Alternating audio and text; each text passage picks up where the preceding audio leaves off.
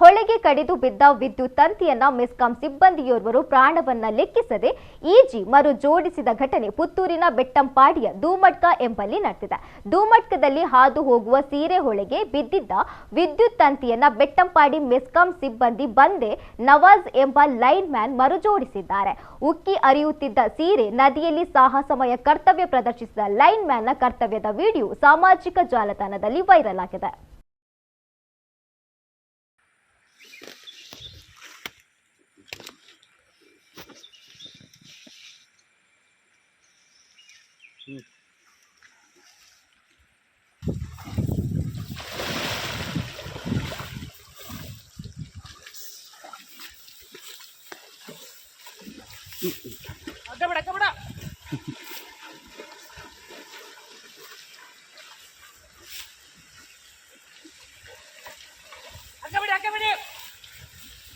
ನೀವು ಬಿಡಿ ಹೋಗ್ತಾನೆ ನೀವು ಬಿಡಿ.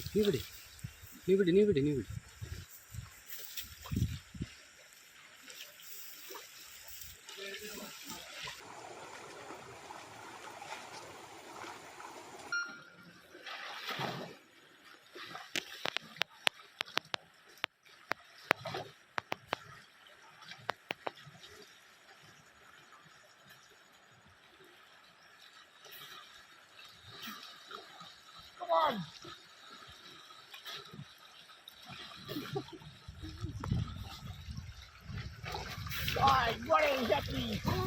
This means